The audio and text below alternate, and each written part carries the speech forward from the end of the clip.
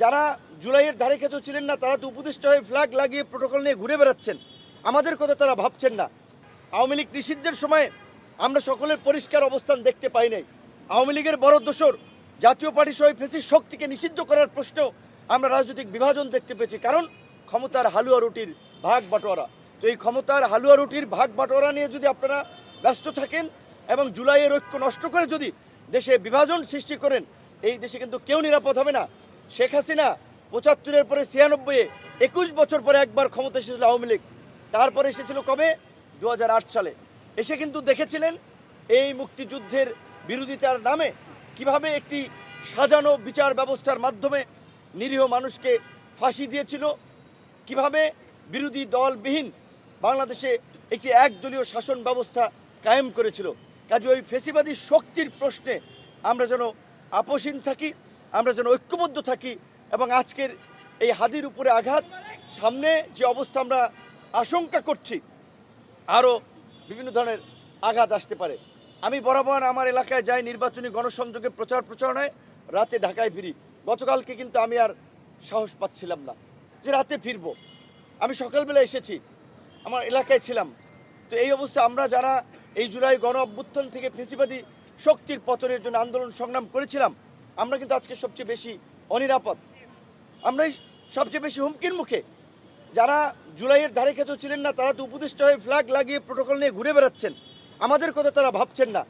এমনকি এই সরকারের মধ্যেও পতিত ফেসিবাদী শক্তির দোসররা আছে, যার ফলে আজকে এই মাত্র ১-১.৫ বছরে এই ফেসিবাদী শক্তি আস্ফলন দেখাচ্ছে।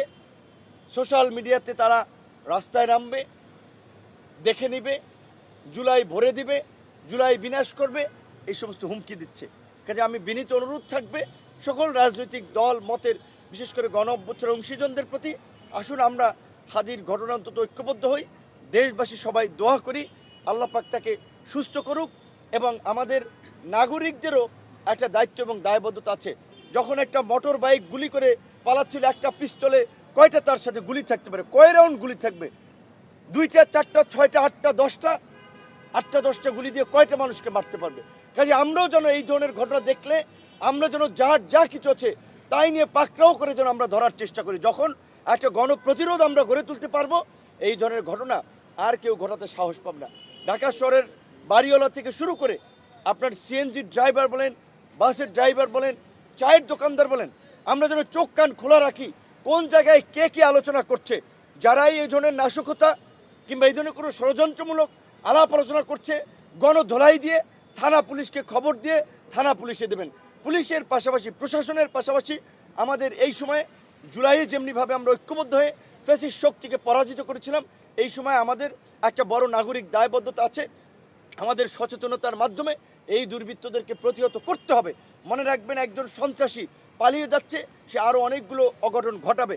আর যদি আমরা ঝুঁকি নিয়েও তাদেরকে ধরতে পারি, তাহলে বাকিদের মধ্যেও একটা আতঙ্ক যাবে, মেসেজ ছড়াবে। বিশেষ করে হাদির ঘটনার সময় আমি দেখেছিলাম আমাদের দুজন, আমি সিসিটিভির ফুটেজে দেখেছিলাম দূর থেকে বোধহয় আমাদের দুজন পুলিশ সদস্যের ভাইরা গুলির শব্দ শুনে ছুটে গিয়েছিলেন, কিন্তু বেশি দূর তারা আগান নাই। আমি দেখেছি, আপনার সিসিটিভির ফুটেজ তো দেখেছেন, তাদের হাতে তো বন্দুক আছে। এই ধরনের ঘটনা ঘটলে তো তাদের দ্রুত আপনার যাওয়া উচিত যে কোথায় কি হচ্ছে। তো কাজে আইন শৃঙ্খলা বাহিনীর দায়িত্বে যারা আছেন তাদেরকে অবশ্যই সরকার সেইভাবে দিক নির্দেশনা দিবেন যেন তারা যে কোনো পরিস্থিতিতে একটা কঠোর ভূমিকা পালন করতে পারে, দায়িত্বশীল ভূমিকা পালন করতে পারে। এবং এই হাদির ঘটনাকে কেন্দ্র করে, এই ঘটনায় আমি মনে করি এটা কোনো বিচ্ছিন্ন ঘটনা নয়, কোনো শুধুমাত্র একটি সন্ত্রাসী ঘটনা নয়, এর সাথে অনেক চক্র জড়িত থাকতে পারে। এর পেছনে কারা জড়িত সেই ঘটনার আদ্যপ্রান্ত খুঁজে বের করতে হবে এবং পরবর্তীতে যেন এই ঘটনা না ঘটে সেই জন্য আমি মনে করি যে আগামীকালকে থেকেই অন্তত কিংবা সরকার সিদ্ধান্ত নিয়ে